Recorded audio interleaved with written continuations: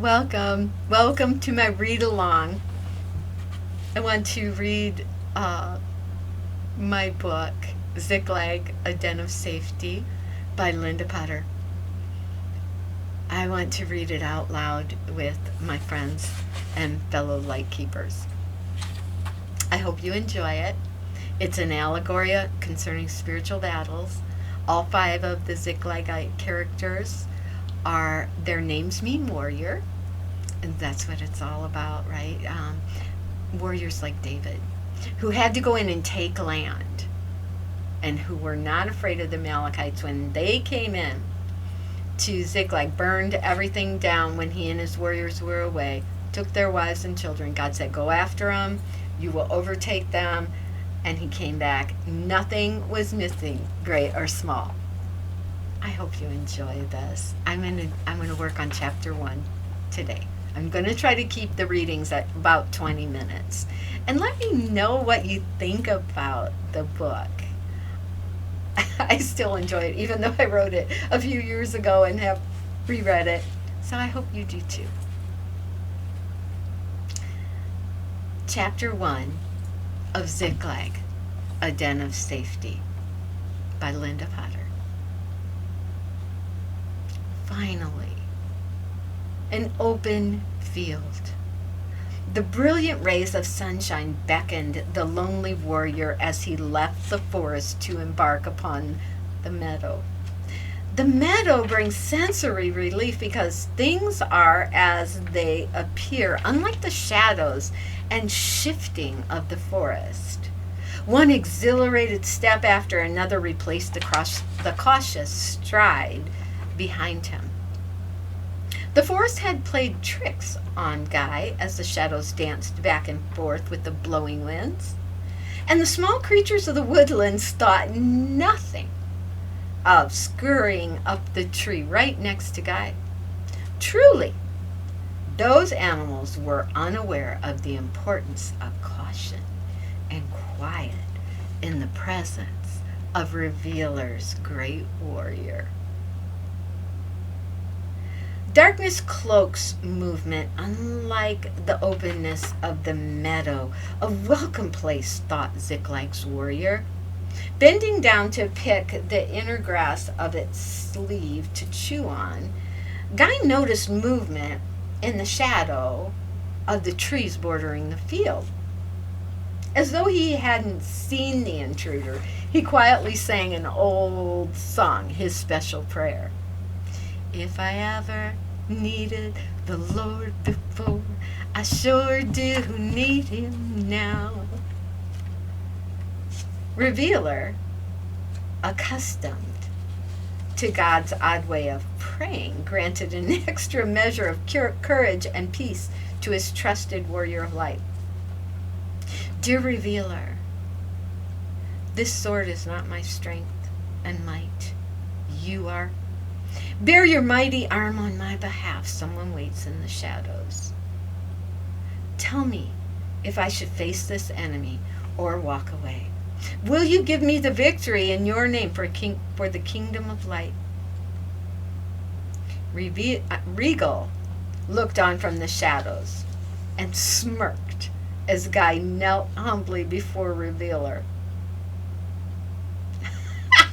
I guess that's he must know I'm here, thought Reggal.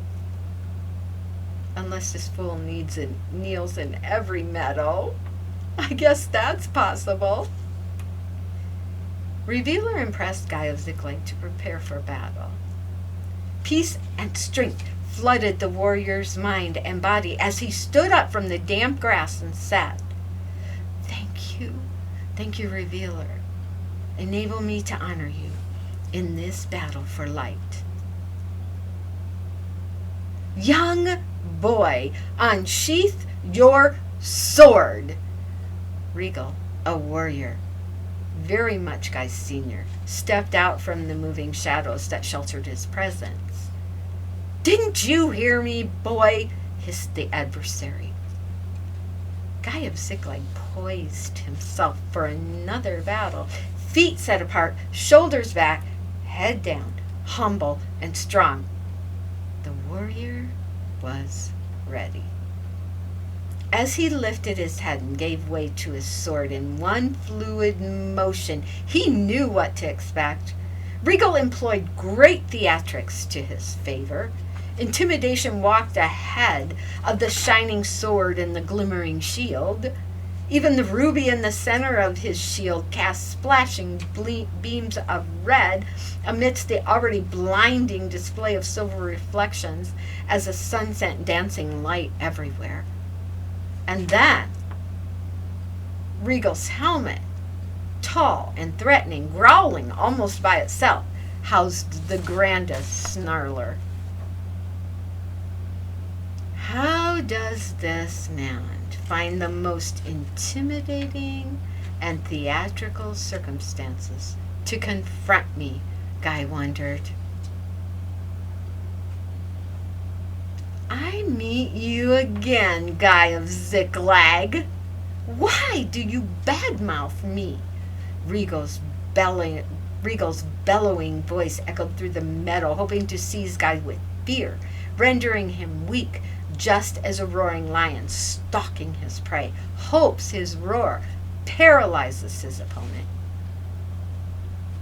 The presence of fear enhances every strike, making quicker work and swifter victory. Reggal knew he had to institute every aspect in his arsenal.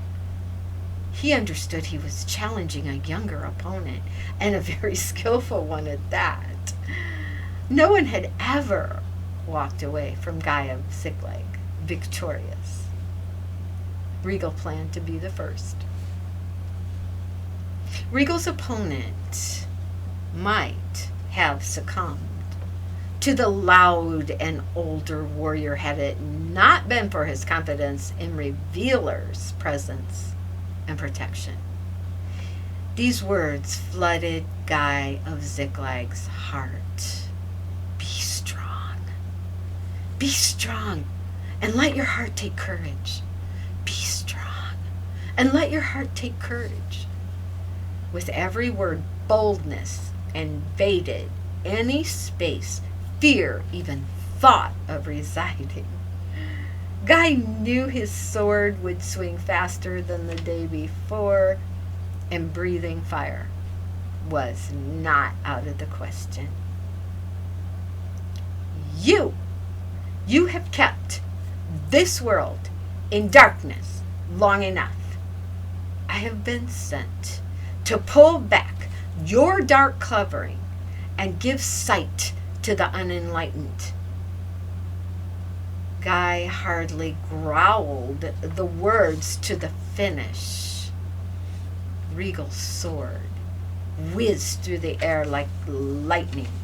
Clanging rang through the forest as the warriors' weapons met with fierceness and passion. If only you'd allow light to enter your old heart, Guy wished out loud, lunging forward and deflecting the blow Reggal sent his way. Why? Why? So I could be like you? I don't think so. Reggal, angered by the comment, escalated his defense. He swung the blade harder and quickened his steps, closing in on Guy of Ziklag. Determination spurred the lover of darkness. I am not going to let you win this battle. Bad enough the losses I've suffered as you've spread Revealer's words. People knew nothing but darkness and dared not long for anything else until you and your brothers came along. As though an explosion of agitation had to be expelled, Reggal yelled as he fought, "You, Guy of Ziklag, you dare to resist me face to face. Don't you know that I can give you anything you It is in my power Your rise and fall, young man, is in my hands. Ziklag is but few, and fewer as the days go by. Make the right choice. Choose to overcome with me. I will give you a whole town, not just a fortress. Guy's strength waned, and Reggal knew it. The dark offer, though, perched on the wind without notice from the opponent, drawing on the might of the one stronger than mere man. The young battler yearned for truth to tip the scales. Reggal lunged forward ferociously, planting a lethal blow to the heart of his opponent. The heart, the very center of the lover of light's being. The move, anticipated and assured, the seasoned young combatant tried to deflect the piercing. Compelled by hatred and anger, Reggal screamed a cry of victory as he pressed the tip of his sword into Guy's body. Victory at last! The old warrior rejoiced.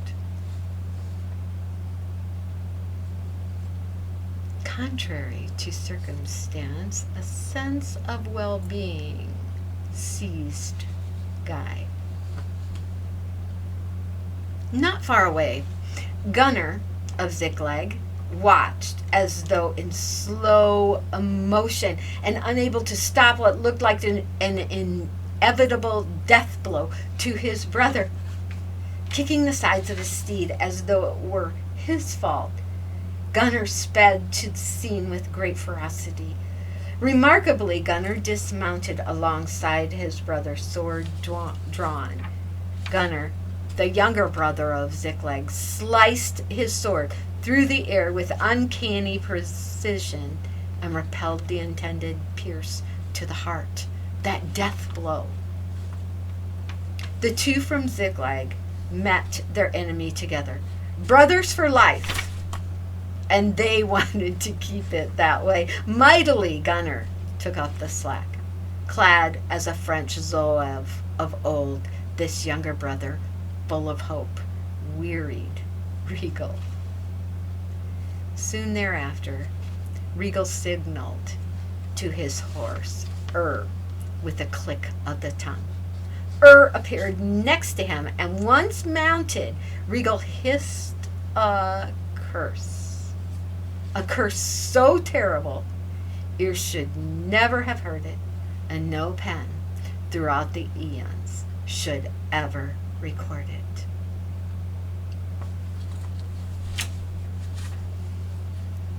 Guy and Gunnnar looked on, stunned and exhausted, as Reggal rode away. Dirt flew in every direction from the hooves of that pitch-black steed as though young warriors slumped to the ground. Out of breath and slow to speak, Guy said, "Oh, source of light, thank you for sending my flamboyant brother, my brother, whose dramatic presentation allowed him the perfect entrance without a second to spare." Gunnar's narrow smile broadened with each word until he crumpled in laughter. Yes, thank you. Thank you for sending me to save my dear brother's life, which I did.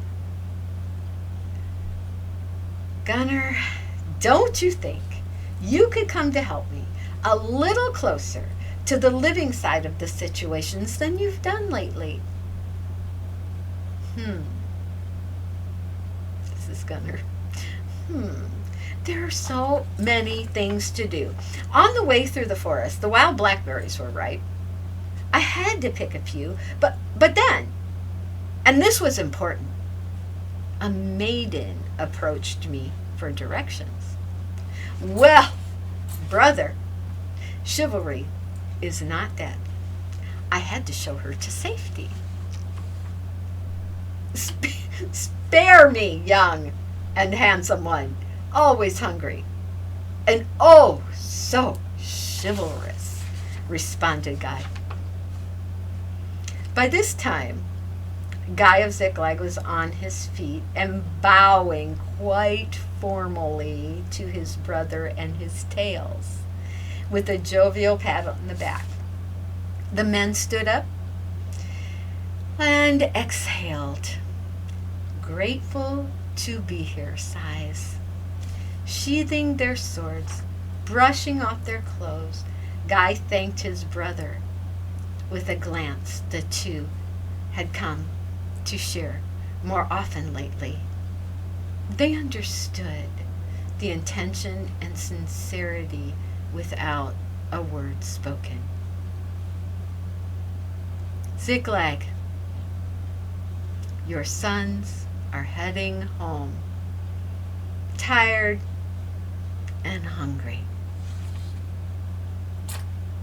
The end of chapter 1.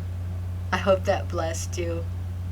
We'll do chapter 2 next, depending on what fits into like a 20-minute parameter. God bless. I love you. I hope you enjoyed it. Let me know what you think. It's fun to read it. Take care.